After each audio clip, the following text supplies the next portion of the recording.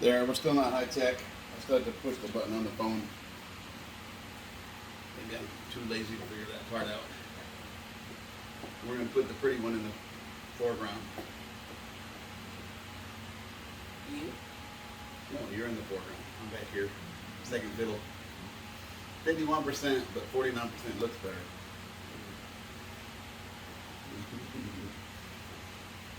Erica has no idea what we're gonna talk about. Nope. She probably does. No idea. I'm a little crazy. You She are. tells me that all the time. Usually when I tell her she's beautiful, she says I'm crazy. And I'm like, I might be crazy, but you're still beautiful. So, I do tell you that. yeah.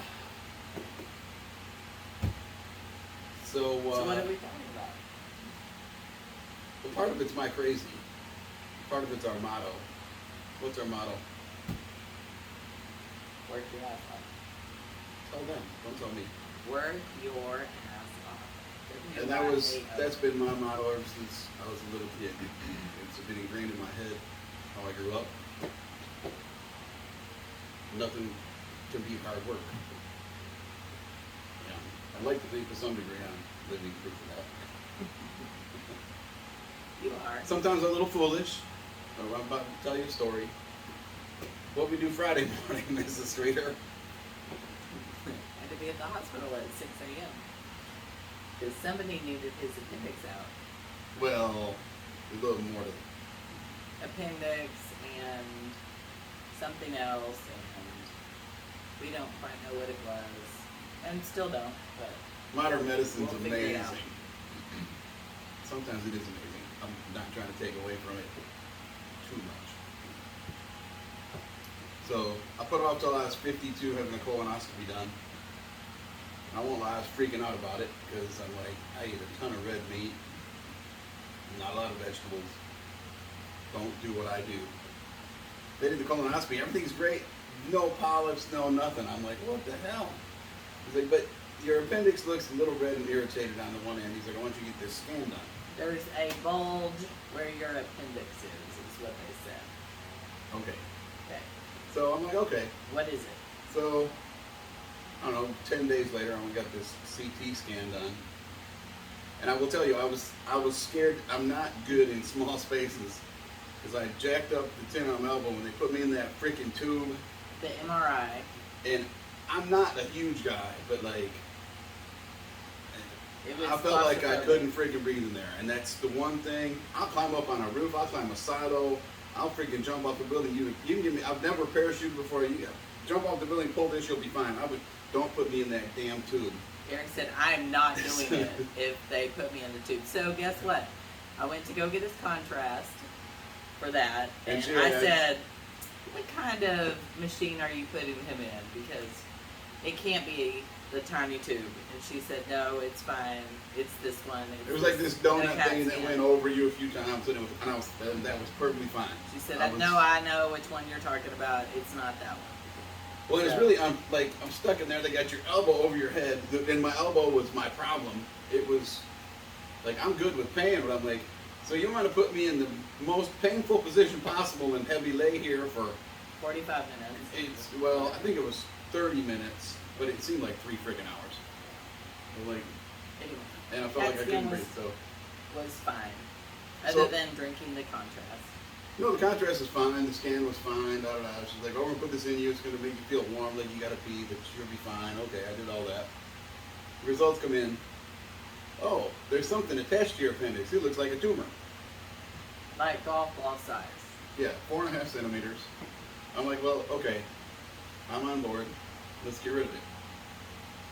Going for surgery, you know, and when you come out of surgery, the doctor talks to you, you don't remember shit because they've had you under anesthesia. All they took out was my appendix. Yeah, it was swelled up on one end, but I'm like, why do we do this? Why do we, you know, because co-insurance, blah, blah, blah. It's $4,500 out of pocket. They found another little spot they're testing too.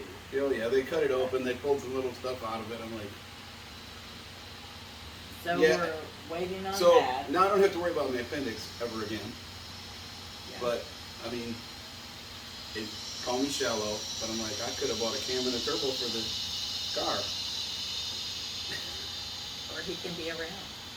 Well, if your appendix burst, you're still around, just go to the hospital and, yeah, it probably would have cost more, blah, blah, blah, blah. But, like, they made it sound like you got a tumor in you, we got to take this out. Well, there And then they go in there, and there's nothing. It's like when I was in Roswell, the aliens put it there, and then they pulled it back out the next week before I got back for surgery. I spend many nights in Roswell.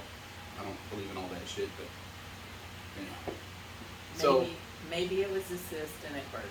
And so anyhow, Friday morning I had that done. I don't know. Obviously, I'm not thrilled, but I'm not in bad shape. Here I am. Saturday, what did we do Saturday? And then I told me, the best thing you can do is move. So we went to the grocery store. I'm like, I feel pretty good. And in the consult, he told me I couldn't lift more than 25 pounds. He changed that to 35 pounds right after surgery in his documentation. So I'm like, well, that's 35 pounds per finger. I didn't do anything too crazy, but I did.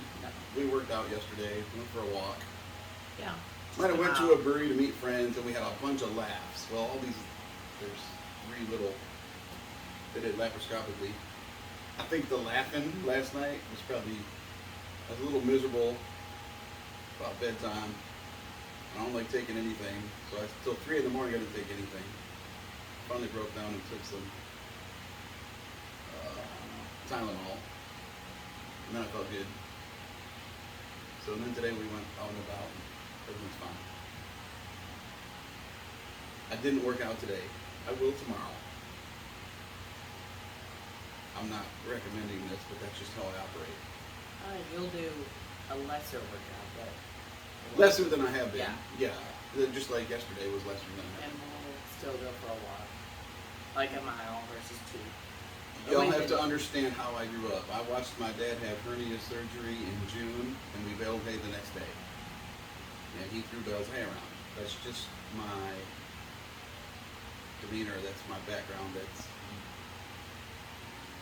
And no, I didn't have to work out like we had to bale hay the day after my dad had hernia surgery. But that's what I do.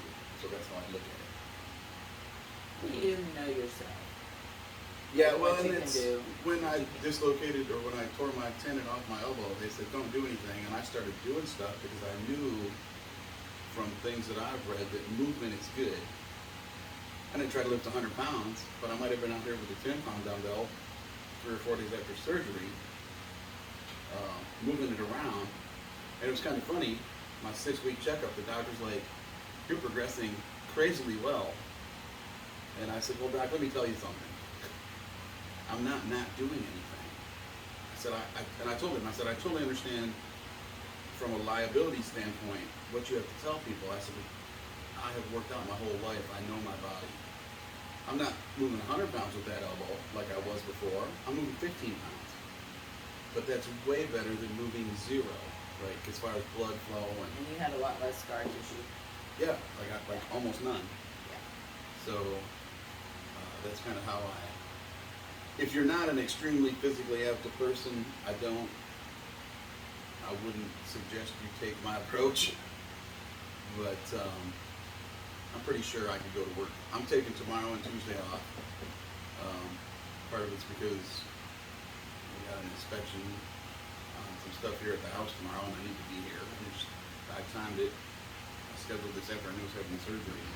If I need to go to work tomorrow, if I still own my own business, I go to work tomorrow. But you gotta talk to the doctor too, to get your clearance. Yeah. But so anyhow, it's kind of ingrained in me. Work your ass off, move your body, and guess what? It's worked very well for me. So Erica had her hip issues. She was going to PT. I'm like, did they tell you to touch your toes? No. I'm like, I think you should try that. And I'm not going to say my answer was right, but a couple days later, she magically started feeling better. Like, sometimes it's the simple stuff. It's not that complex. I'm not saying the other stuff that she was doing didn't work. Maybe that was all of it. But like sometimes the very simple, straightforward approach works. And I think we have lost that as a society. Not all of us, obviously, but everybody like works a job for somebody else. I do it too now, and they don't view it as theirs. Like they don't view it as my business. They don't view it as the farm that I grew up on, where nobody else is gonna do that shit. Like you had to. You just made it work. And guess what? All those people were fine.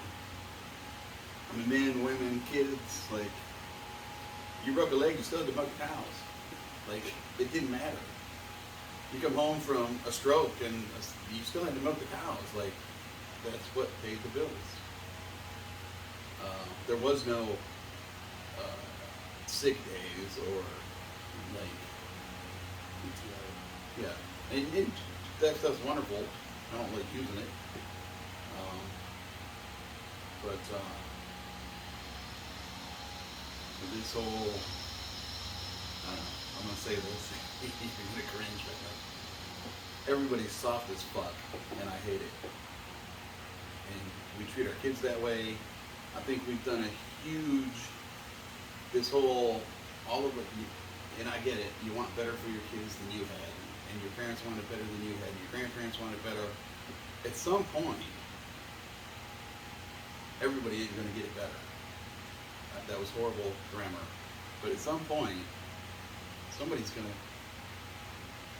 and my line of thinking is, everybody doesn't have to own a business. I'm huge on that. Everybody didn't have to be a doctor. Everybody didn't have to be an engineer. What if your kid loves working at Target or Starbucks or whatever, and I know for a fact that both of those places don't pay horrible. They do have benefits if you get on full time. Mm-hmm. What if they're happy with that? Maybe if they're happy with that, they're better off than you are being a business owner or a doctor or a lawyer or whatever. Because maybe they're happy. Maybe they don't need as much stuff. Maybe their vacations don't need to be as extravagant. I'm not saying they can't do those things. Everybody's different. Yeah. And I think we need to take a step back, and if they're going to work their ass off and work at Target and be happy, what's wrong with that? Like, I drive a damn truck. To each their own. So Figure out what you're good with. now I think the important lessons to teach your kids are, if you're going to do that, live within your means. Like, you might not have some of the stuff that we do. As long as you're okay with that, that's fine.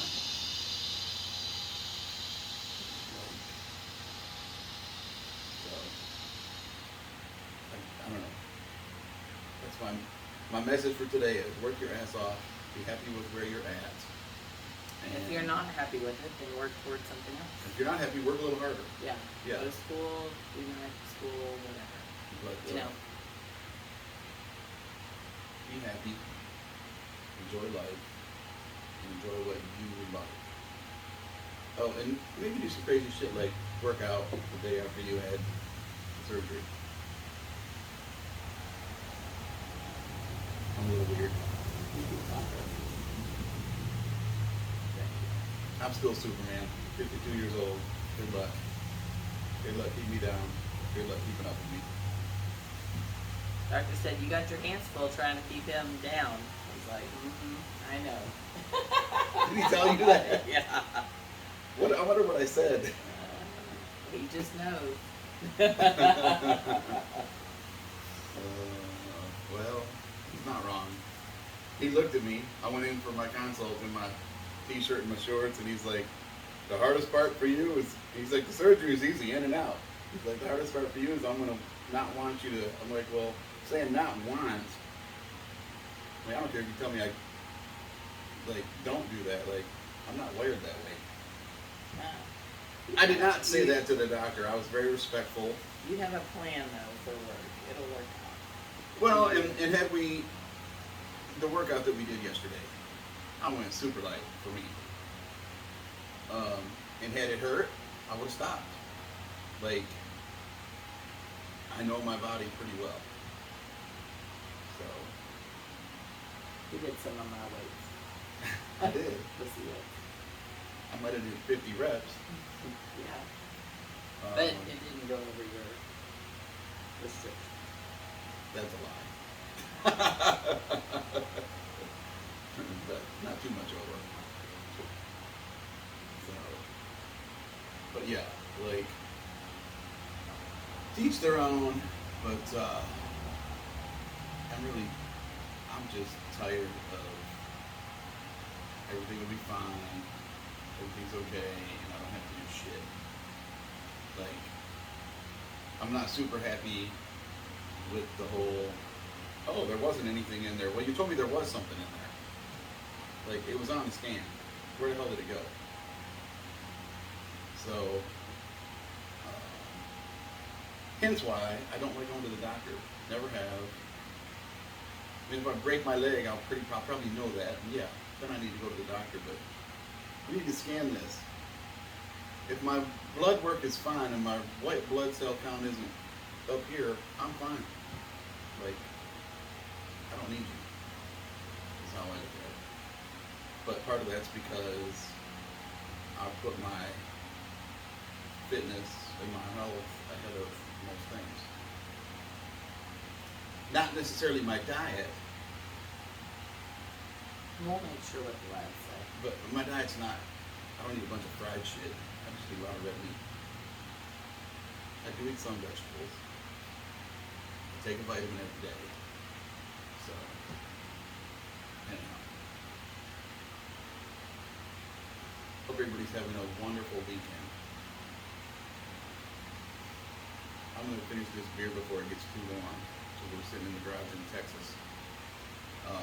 It's only 99 today. But if you watch this, like, I hope you take something from it as far as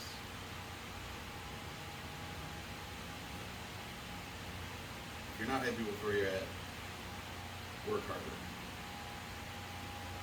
If you're not healthy, work harder at it. Like, don't